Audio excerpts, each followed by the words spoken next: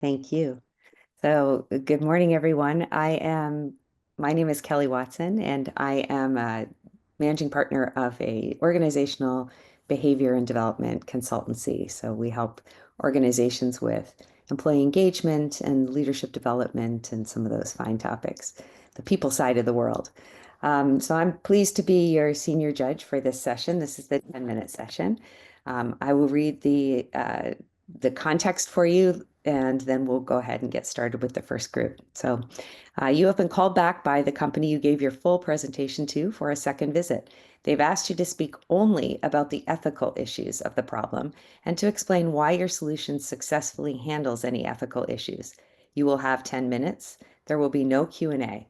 You may not use slides or video, and you probably don't want to have more than 2 or 3 members of your team to do this. And we will provide you feedback after your presentation. All right, so the order I have is that U08 will go first. U01 was scheduled to go second, but since they're not here, we'll push them to last. We'll have U38, and then we'll have U07. All right, so let's start with U08, BMR Solutions. And you let me know when you're ready to start so I can start the timer. Did I just start speaking and then? Okay, great. You just say, yep, we're going. Good morning, members of the Home Depot Executive Board, and thank you for this opportunity to hone in on the ethical aspects of our proposal. Home Depot has long been a leader in sustainability, integrating circularity, responsible sourcing, and energy efficiency into its own operations. However, one major gap remains: solar panel recycling. Solar energy is often seen as the ultimate sustainable solution, offering a path toward reducing carbon emissions and dependence on fossil fuels. However, the reality is more complex. While solar panels provide clean energy throughout their operational life, their production and disposal introduce significant environmental challenges that cannot be overlooked. The extraction of raw materials like silicone, silver, and aluminum for panel manufacturing contributes to habitat destruction, water contamination, and resource depletion. At the same time, as solar technology rapidly evolves, older panels are being replaced at an increasing rate, adding to the growing issue of electronic waste. Without a comprehensive and scalable plan for responsible end-of-life management, including widespread recycling and reuse programs, we risk replacing one environmental problem with another, creating a backlog of discarded solar panels that undermines the same sustainability principles that solar energy is meant to support. Addressing these challenges now is essential to ensuring that solar energy remains a truly sustainable solution for future generations. Today, we'll outline why investing in solar panel recycling is not only the right thing to do ethically, but also a strategic move that aligns with the triple bottom line: people, planet, and profit. Let's start with people, the communities, customers, and employees that Home Depot serves. When solar panels are improperly discarded, hazardous materials like lead and cadmium leach into soil and water, creating serious health risks for surrounding communities. Contaminated groundwater and environmental damage could lead to long-term public health crises, making responsible disposal essential. Right now, homeowners and businesses have limited options for recycling old panels, leading many to store them indefinitely or send them to landfills. You are in a unique position to change this by offering solar panel recycling at your stores. Just as you've successfully done with rechargeable batteries, the company can provide a convenient and effective solution, preventing a growing environmental problem. Beyond sustainability, this initiative supports economic growth by creating green jobs. It will drive demand for skilled workers in solar technology, logistics, and material recovery, roles that contribute to a stronger, more sustainable workforce. From trained technicians to recycling specialists, Home Depot can help fuel the circular economy while reinforcing its commitment to the communities it serves. By expanding its sustainability efforts, Home Depot not only protects public health and the environment, but also strengthens its leadership in responsible business practices. Making solar panel recycling accessible will benefit homeowners, businesses, and future generations, positioning Home Depot as a champion for sustainability and community well-being. By prioritizing people, Home Depot strengthens trust, builds brand loyalty, and ensures that its sustainability initiatives benefit communities, not harm them. Now let's talk about Planet, how this initiative will strengthen environmental responsibility, and why Home Depot should take the lead in solar panel recycling. While solar energy is clean, its production and disposal pose serious environmental risks. Mining for silicon, silver, and aluminum destroys ecosystems, pollutes waterways, and accelerates biodiversity loss. Instead of continuously extracting new raw materials, we should be recovering valuable resources from decommissioned panels.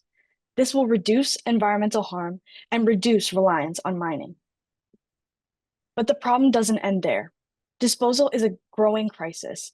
The International Renewable Energy Agency estimates that by 2050, 78 million tons of solar waste could end up in landfills. Try to imagine that. That's nearly 20 million pickup trucks worth of discarded panels. Without action, we risk replacing one environmental problem with another. Home Depot already embraces circular economy practices from recycling EPS packaging to battery disposal programs. Solar panel recycling is the next logical step. By establishing solar panel drop-off points at Home Depot stores, you can expand your role in sustainable waste management, reduce landfill waste, and strengthen your commitment to sustainability. This initiative ensures that clean energy solutions remain truly sustainable from production to end of life. Through this partnership, Home Depot and Solar Cycles can turn environmental responsibility into action, setting a new standard for sustainability in the solar industry. Finally, let's talk about profit, why this is not just a moral obligation, but also a smart business decision. Sustainability is no longer just a corporate responsibility, it's a financial opportunity. By partnering with SolarCycle, Home Depot can implement a cost-effective solar panel recycling program that benefits both the bottom line and the planet. Bulk collection reduces transportation costs by up to 40%, while automation keeps processing costs low, allowing panels to be recycled for just $18 each. This makes large-scale implementation not only feasible, but also financially smart. Beyond direct cost savings, this initiative strengthens Home Depot's position in an increasingly eco-conscious market. Consumers today expect businesses to lead on sustainability, and they reward companies that take action. A robust recycling program will enhance brand loyalty, attract new customers, and further differentiate Home Depot as a leader in responsible business practices. Companies that prioritize sustainability see stronger customer engagement and long-term profitability, proving that ethical responsibility and business success go hand in hand. Additionally, solar panels contain valuable materials like copper, aluminum, and silver. By reintegrating these into supply chains, Home Depot reduces material costs and aligns with the growing demand for sustainable products. This closed-loop approach not only makes environmental sense, but also drives economic value, ensuring long-term resource efficiency. At its core, this initiative is about innovation, turning an environmental challenge into a business advantage. By leading in solar panel recycling, Home Depot doesn't just do what's right.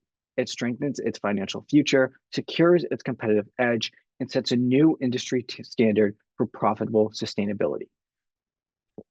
You have the power, influence, and responsibility to lead the way in solar panel recycling.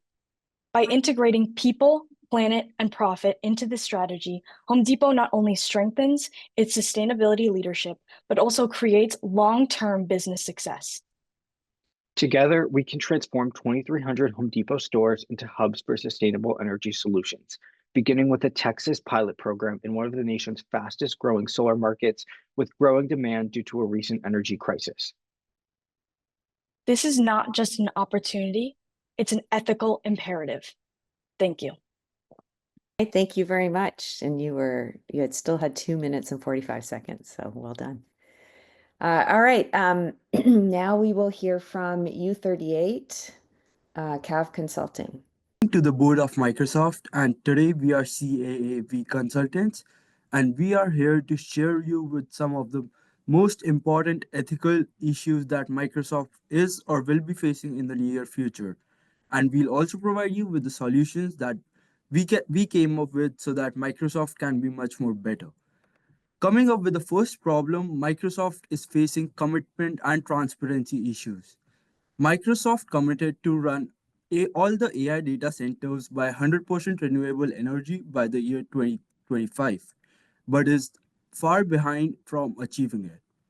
Despite large renewable energy purchases, Microsoft is still relies on fossil fuel based electricity in many regions. Secondly, it's a carbon accountability for Microsoft because while Microsoft has worked a lot on reducing Scope 1 and Scope 2 emissions, its Scope 3 emissions have increased instead of declining. Last year, it increased by a rate of 30.9%, which is a lot higher instead of declining. The third point I would like to share is the water consumption that Microsoft has increased by. So, as we know, AI data centers require water to make their data centers cool, and they have used around 1.7 billion gallons of water last year so as to cool in their data centers. They are using it in the areas like Texas, Arizona, where there are chances of drought in some seasons. And this makes a concern that they are comparing the amount of water required by human needs to an AI. They are prioritizing AI over humans.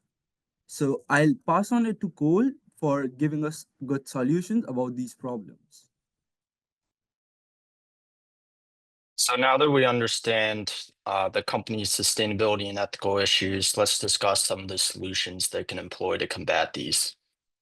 So the first solution is to build these AI data centers in cooler regions. Regions like Iceland, Greenland, or other Arctic regions are good spots for these AI data centers. These locations naturally reduce the need for energy-intensive cooling systems by relying on the cold outside environment to regulate the server temperatures. We're seeing many of their competitors, such as Google and Meta, already doing this, taking advantage of the climate and abundance of renewable energy in these areas. And by shifting more of its infrastructure to these regions, Microsoft could lower its carbon footprint, reducing water usage and overall energy costs. It would also ease the strain on some local power grids and water supplies in hot, dry areas, such as Arizona and Texas, where Microsoft's already currently building these AI data centers. And this shift aligns with their goal of being carbon negative by 2030 and strengthens its ethical commitment to environmental responsibility that they've made as a leader in tech. Our second solution is to employ closed water loop systems for cooling these AI data centers. These systems continuously recycle the same water for cooling rather than bringing in new fresh water every cycle and then just discharging it. This is especially important, again, in regions where, like Arizona, where these AI data centers already exist, and they obviously can't pick up the data center and move it to Iceland. So they could employ these water systems here to better or more sustainably cool their AI data centers. We know GPT-4 alone in 2024 used almost 1 trillion bottles of water just alone for that model to cool itself. So by pivoting to these closed water loop systems, Microsoft can significantly reduce its impact on local water supplies while still meeting the high cooling demands of this AI infrastructure. And this approach not only supports environmental sustainability, but also improves Microsoft's standing with local communities and regulators, demonstrating that the company values both innovation and responsible resource management, improving their reputation overall. So at this point, I'm going to pass it over to my colleague Vincent, who's going to be wrapping up our recommendations. So much like Akil and Cole have alluded to already, not only will this promote future generations, but it will also help sustain the current community. Now, this all sounds like a bunch of technical jargon here, but by reducing their Scope 3 emissions, which are indirect emissions that are throughout the supply chain, not only will it have Microsoft be seen in a better light, but they can also promote that for their brand and their opportunity. Being a world leader in this growing AI race that we have is more important now than ever.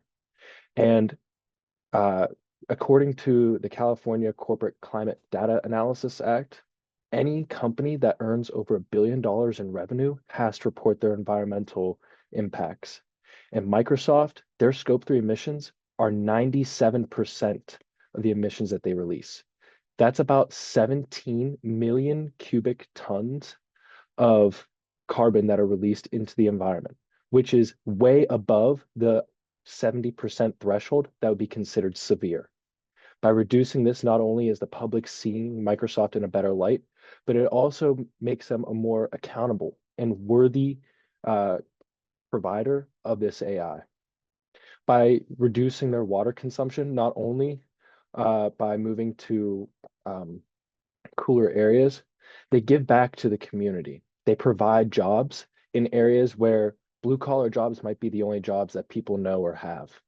Not only is this providing more opportunity for people, but it's bettering the world as a whole. By having them switch places and use more renewable energy from places such as Iceland and Greenland, where they can harness geothermal energy instead, this will not only reduce their carbon footprint and make it possible to reach their lofty goals of being carbon negative or neutral in 2030, but this makes it more apparent to the world that they are doing it right by the people, because at the end of the day, that's what matters.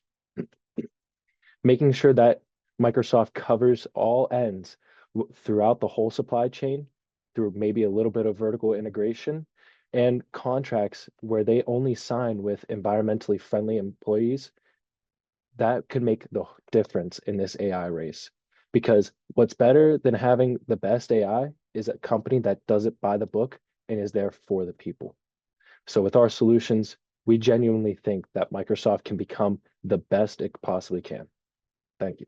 Wonderful, thank you. And yes, you had two minutes left as well, so well done. Thank you for staying within the time. All right, now we will hear from U07 SCALA Solutions. Hello, good morning, Amazon Board of Directors. As a reminder, my name is Alyssa de la Cerda, and I am the Ethical Analyst here at SCALA Solutions. Thank you again for taking the time to listen to our Amazon First Book Bundle partnership, which is rooted again in expanding access to books in underserved communities, and for inviting us back to discuss the ethical imperatives that really drive our mission and yours together. As a reminder, our initiative aims to combine Amazon's distribution network with North America's largest book providing nonprofit to deliver high quality books to children directly to their doorstep, fostering a lifelong love of reading and hopefully to equip them with the skills that are necessary for their long-term success. We want to take this time specifically to speak directly about what is at the center of both our work and yours, which is, of course, the people and the children in our communities. Around the world, roughly 800 million people lack basic literacy skills, with the greatest disparities affecting, of course, low-income and marginalized communities around the globe. In the US alone, 2 out of every 3 low-income households have no books at all. And this really creates systemic barriers to education and limits economic mobility.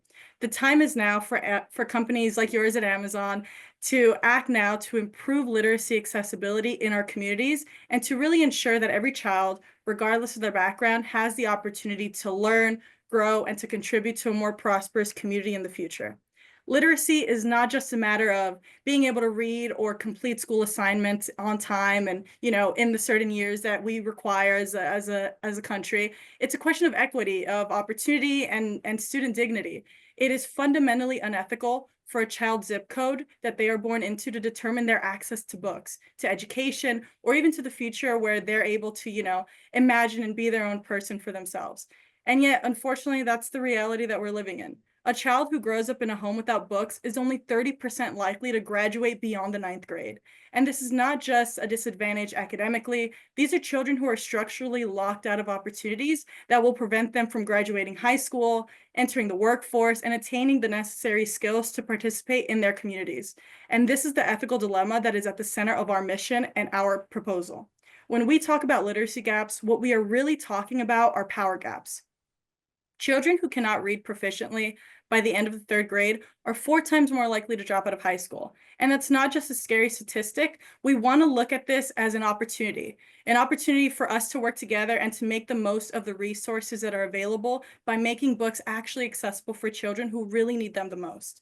We're not here to sell you charity. We're here to ask, what kind of legacy can we really build together for these children? Because this initiative is not just about delivering books. It's about delivering justice. It's about investing in the youngest members of your communities. It's about using books as a catalyst to develop and deliver confidence and curiosity and wisdom to children who will otherwise be left behind and are already being left behind.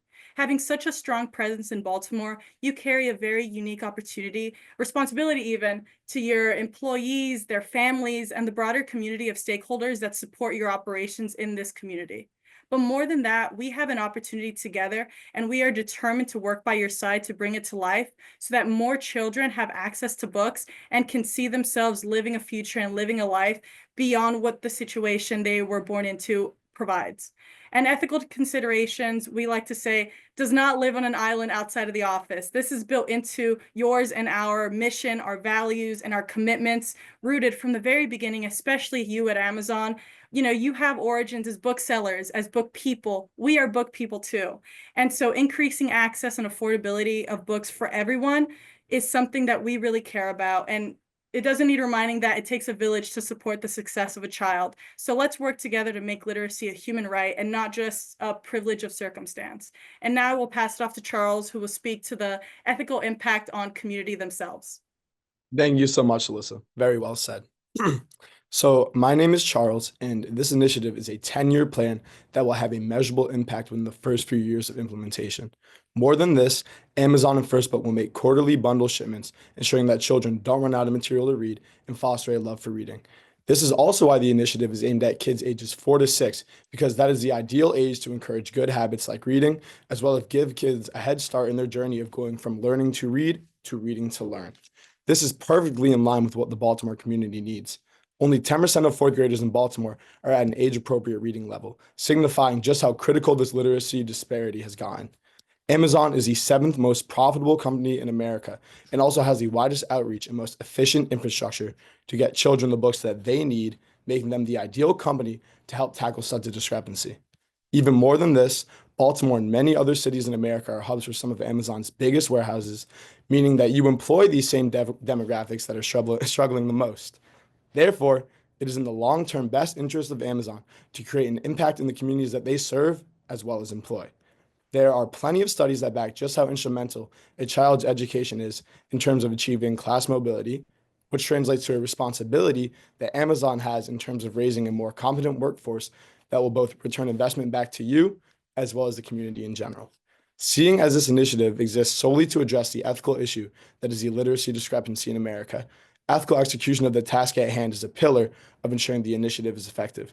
At every stage of the process, from First Book assigning children the books they desire to Amazon delivering the books in a timely and professional manner, this is a morally righteous act. In this sense, it is in the nature of the initiative for every aspect to be ethically and morally correct, and there is no real way that the initiative could be twisted to harm instead of help. The purpose of this initiative is not to be misconstrued. Helping those that need it the most is the objective goal. Who are we helping and how? We are helping reduce barriers that underserved families face. These barriers consist of limited class mobility, lack of access to good education, being unqualified for employment, and a lack of healthcare due to the lack of employment, and a lack of civic participation, which ensures that the cycle of inequality is doomed to repeat. By simply giving kids the tools that they can learn to read at the right age, these kids will then read to learn for the rest of their lives, opening up opportunities beyond just the classroom. This said, the futures that these underserved children deserve are crafted in the classroom, so to be unfit to participate and engage in education is to deprive these children of creating a better life for themselves. I will now pass it off to Andrew. Thank you, Charles. My name is Andrew Carlson, and I'm the legal analyst for SCALA Solutions. By expanding access to books through the Amazon First Book Bundles initiative, you can be at the forefront of closing the literacy gap within Baltimore and become a global leader in educational equity. Together, we can ensure that every child, regardless of their background, has the opportunity to learn and thrive. When families and children find a book they love on Amazon, it creates a deeper connection, not just with the book itself, but with the platform that delivered it. This connection often leads to repeat purchases, as parents are more likely to return to you for the future books that align with their children's interests. As children develop a love for reading, the positive experiences of discovering and enjoying books on Amazon strengthens brand loyalty, turning Amazon into their go-to source for educational materials. By fostering this emotional connection, Amazon can cultivate long-term relationships with families, driving continued engagement and satisfaction. Moreover, this program strengthens your local ties in Baltimore, a critical market, by fostering positive, lasting relationships within the community itself. By addressing a difficult issue like literacy, Amazon not only supports the growth of future leaders and consumers, but also deepens its commitment to the local area, reinforcing its role as a responsible and engaged corporate citizen. The ripple effects of literacy extend beyond the individual. Stronger readers become stronger leaders, innovators, and change makers. By committing to this initiative, Amazon is investing in the next generation of thinkers, problem solvers, and entrepreneurs. For Amazon, we believe this is not just a good business move. We think it's the right thing to do. Literacy is the gateway to learning. This unique opportunity will support children of all backgrounds in progressing from learning to read and then reading to learn. By empowering young leaders with the skills they need to succeed, we're not only addressing an immediate gap, but we're also fostering a lifelong love of learning that will impact generations of students to come. We hope you'll join us in building a future where literacy isn't just a privilege, but it's a promise to every child in every community. On behalf of our entire team at SCALA Solutions, we thank you for your time and consideration of this initiative. Together, we can make a meaningful difference in the lives of children and in Baltimore and beyond, creating opportunities for brighter futures and stronger commitments. Thank you. Thank you. Thank you. All right, thank you. Oh, you had 20 seconds left. All right, and finally, we want to hear from UO1 Sustainable Innovation Consultants. We are ready. Okay. Good afternoon. I am Vanshika, I'm Andrew. and we're the Sustainable Innovation Consultants. Thank you for inviting us back to focus exclusively on the ethical considerations surrounding Calmain's responses to bird flu crisis. Previously, we discussed a broad range of strategies, biosecurity measures, vaccination programs, and containment protocols. Today, we will zero in on the moral and ethical dimensions of these recommendations. Let's begin with the ethical question. How should Calmain Foods respond to the bird flu crisis while balancing the need for food security, animal welfare, and its commitment to all stakeholders? This is delicate because the current methods, particularly mass culling, have enormous ramifications. They can be traumatizing for workers forced to implement these depopulation efforts. They cause significant animal suffering, and they contribute to resource waste in a world where hunger remains a pressing issue. Firstly, talking about mass culling and animal welfare. Traditional methods of managing outbreaks often involve gassing or ventilation shutdown, ending thousands or even millions of birds' lives.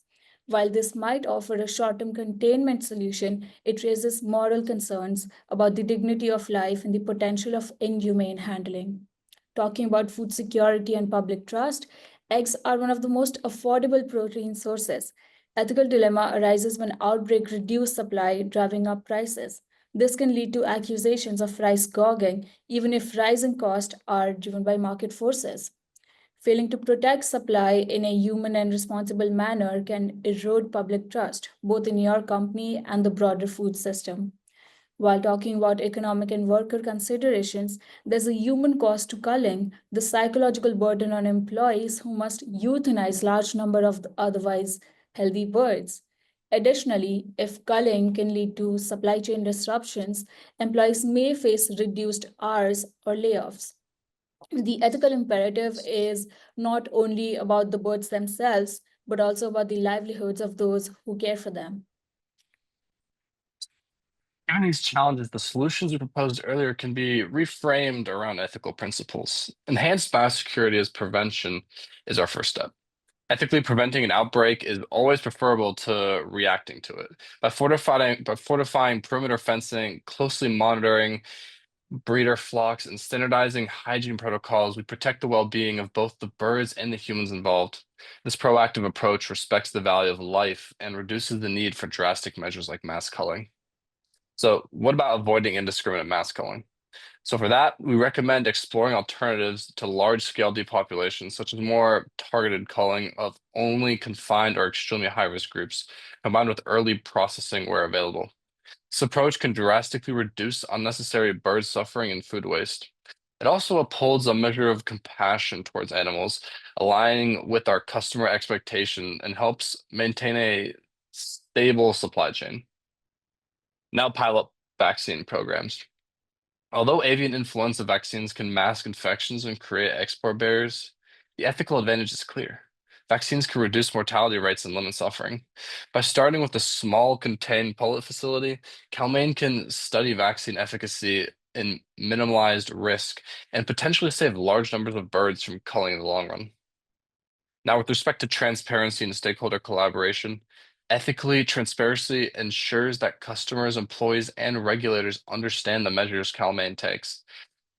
This involves openly communicating about the evolving outbreak, vaccine plans, and implications for animal welfare.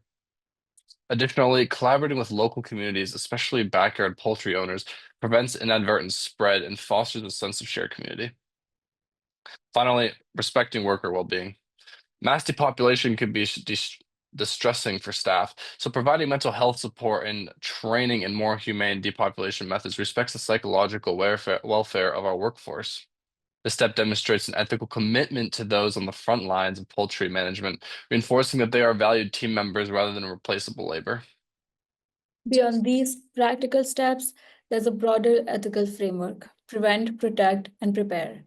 Prevent disease through stringent biosecurity, protect the animals and the community by limiting cruel and excessive killing, prepare for future crises with robust research, testing, and training on vaccination and containment strategies. Underpinning all of this is Cal-Maine's stated mission to be the most sustainable producer and reliable supplier of consistent, high quality, fresh shell eggs. Sustainability implies caring for the welfare of living beings, both humans and animals, and ensuring that business decisions do not sacrifice long term viability for short term gains. We should also acknowledge the regulatory and legal environment. While compliance with USDA and FDA guidelines is mandatory, moral responsibility goes beyond meeting legal requirements. Price gouging allegations during the past crisis highlight how the public and the courts respond when there's a perception that companies are unfairly profiting at the expense of consumers. Adopting ethical practices for outbreak management reduces reputational risk, fosters consumer trust, and aligns with the evolving expectations of modern governance. In addition, implementing humane depopulation methods, if absolutely necessary, aligns with guidance from veterinary and animal welfare organizations. This helps maintain your credibility and distinguishes Cal-Maine as a company that is both successful and conscientious. Let's highlight the direct ethical benefits if you adopt our recommendations. First, reduced suffering. By focusing on vaccination, precise culling only when crucial, and strict biosecurity, you minimize harm to both animals and humans. Stable food supply. Ethical responsibility extends to families that rely on affordable eggs. Containing outbreaks through proactive measures ensures consistent availability. Talking about community and employee relations, making decisions that protect workers' well-being and engaging local communities in containment supports a sense of mutual trust and shared purpose. And lastly, talking about positive corporate reputation, consumers, investors, and regulators look favorably on companies that demonstrate moral responsibility, that demonstrate moral leadership in crisis. By setting a precedent of humane and sustainable practices, you build brand value. In closing, we want to emphasize that ethical decision making isn't about choosing morality over profitability. Rather, it's about understanding that the two can and should coexist. When your processes respect life, maintain open communication, and shared responsibility with your workforce and communities, you safeguard your long-term success. You'll be an industry leader that stands out not just for production capacity, but also for doing what's right. So, to reiterate one last time, we want to adopt a comprehensive, tiered biosecurity framework to prevent outbreaks before they require culling, limit mass depopulation to the most extreme cases, exploring nuanced approaches to spare unaffected birds, investigative strategic vaccination to uphold animal welfare and demonstrate CalMain's forward thinking, supporting the workers and local communities through training, engagement, and mental health resources, and then finally through practice transparency at every step to maintain the trust of consumers and regulators. Thank you for allowing us to focus on these ethical considerations. We believe CalMain can set a powerful example for sustainable poultry management. We appreciate your time and look forward to seeing these principled steps guide you toward a future where business success is balanced by care for the well-being of all. Thank you. Thank you. And you had exactly 1 minute left, so well timed. All right, well, thank you to all 4 teams for their presentation. You can all come you can come on camera now so we can have a little chat, or I can provide some feedback to all of you.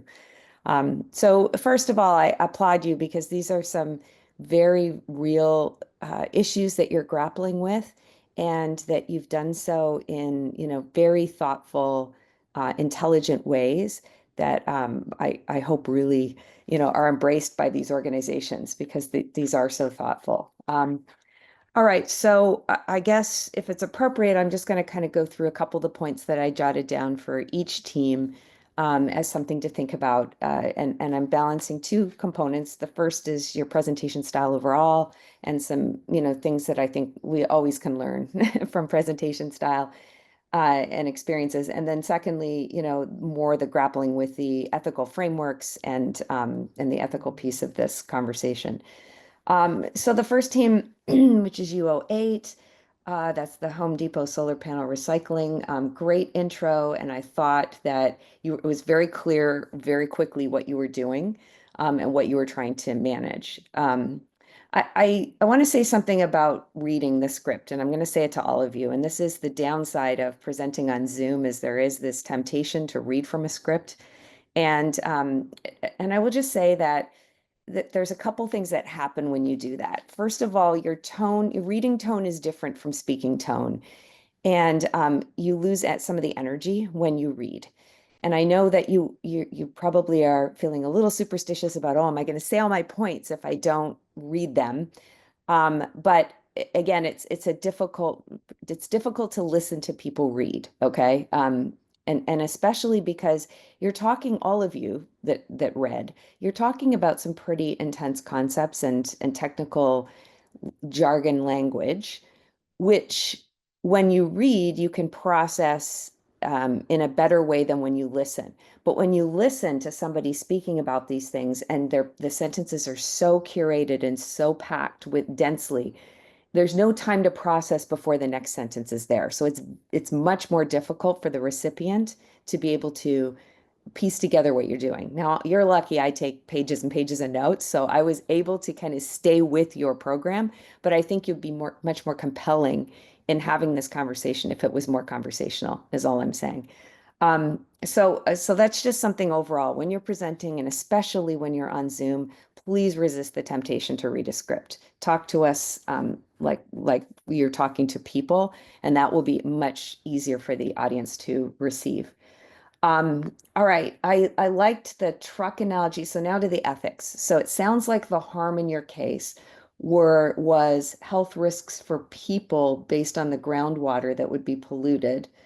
And something you didn't mention, but that I thought was important, is that it was actually the people who are going to be ingesting this polluted groundwater or grappling with the groundwater are not the people who can afford necessarily the solar panels, because they're not having the solar panels dumped in their backyard, right? And so I think that really drawing into that with storytelling and explaining how that's a justice problem, right? Like that's the ethical framework here that's been violated, is that there's a real problem with who's on the receiving end of the poison and the toxins that recycling can hopefully avoid. And then, there was talk about the planet and the mining and everything else. But again, I think in many cases with sustainability, especially with your generation, because you've grown up with more of an understanding of it, is that you're skipping over the what is the actual harm piece and who are the people harmed, as though we all get it, that it's assumed, we don't want to put things on landfill. Well, why don't we want to put things on landfill? And what is the ethical problem with putting things on landfills? Because we've been putting things on landfills for 100 years. So I think leaning into, again, when you're talking about the ethical considerations, don't assume that your audience always can follow that all the way to the end result. Where is the harm being done, and what is the ethical model that's being violated by this particular problem? But overall, and I'm saying that, I'm setting that up because multiple teams will have the same comment, so I will just be able to repeat it. I don't want you to feel like I'm being overly hard on you or your team, but I do think that you want to lean into that. I thought the truck analogy visualization was very helpful. Like, look at what that looks like when the trucks are going down the road.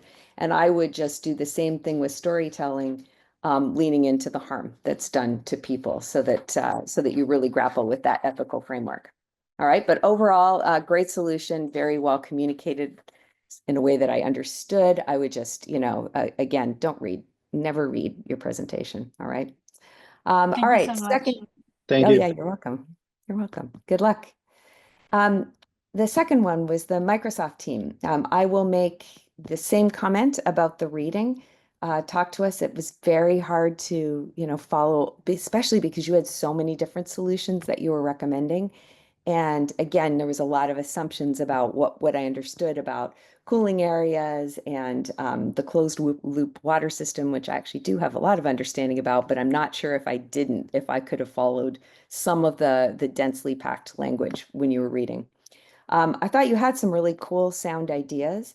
And again, I thought the visual storytelling of the trillion bottles of water and one data center consumed, that is very visual and helps me understand the scope of the problem.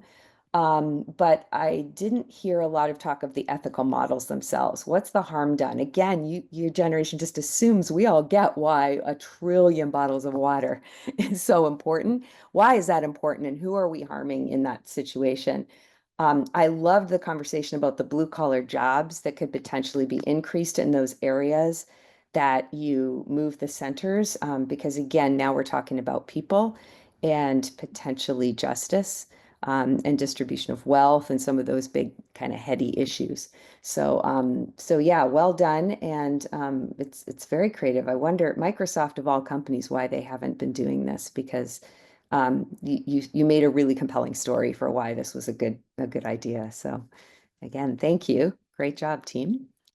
Third one was UO7 SCALA Solutions, the Amazon first book. Okay, so contrary to what I said about the other teams, I thought your presentation was very engaging because of the fact you didn't read it, or at least you had convinced me that you didn't read it. Very confident introduction, and therefore had more energy and more engagement. I found myself nodding along, and I think that was the presentation style that really did that. So well done.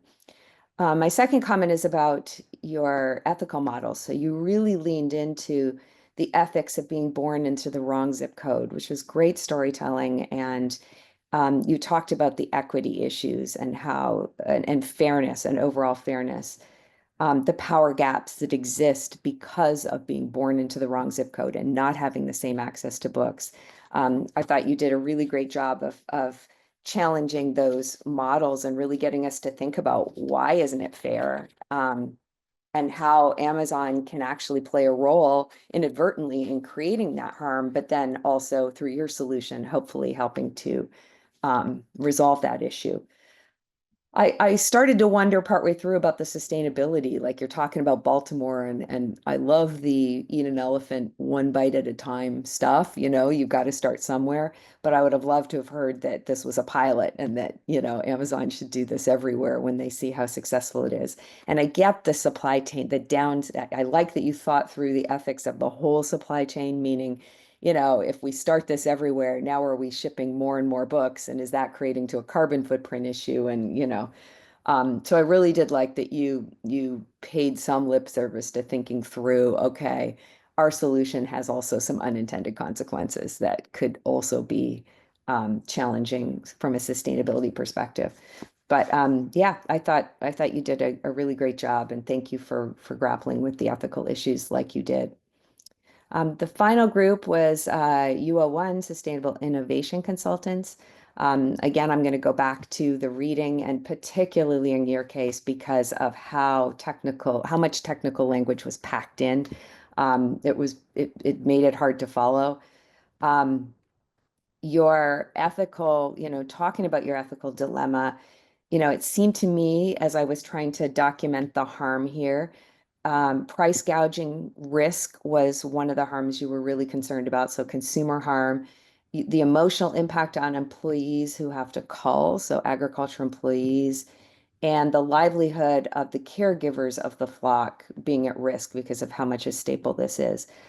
I would have spent more time explaining that and really storytelling about the harm and what that impact may be. It's tough because you're sort of documenting a potential of what could happen as opposed to what has happened. So, I appreciate that one's tougher and that you're trying to set up a watchdog agency so bad stuff doesn't happen, as opposed to, we know this bad stuff happened now and we're trying to, change it. But I do think it's important really to grapple with what are the ethics and where's the harm being done and what ethical model are we struggling with here. And the reason I think it's so important is my fear would be setting up another opportunity for large corporations to greenwash by having a certification that says they didn't. And especially if the certification's expensive, then, the local farmer is now put in a position where they may not be able to compete, whereas the larger organizations, get to check a box. And so and I know you were not recommending that, or that wasn't part of your solution, but I fear the gates opening to that down the road. So really spend some time more on what's the harm and what ethical model are we dealing with, and how can I make it a sustainable sort of a solution that doesn't enable more harm, if you know what I mean. But overall, I thought, and your summary at the end to reiterate your plan was really great. I always appreciate that quick recap just to say, and this is what the problem is, and this is what we're going to do. So I thought you did a great summary at the end. All right. Thank you all again for your leadership in this space and for participating in our competition. And hope you have a wonderful rest of the competition.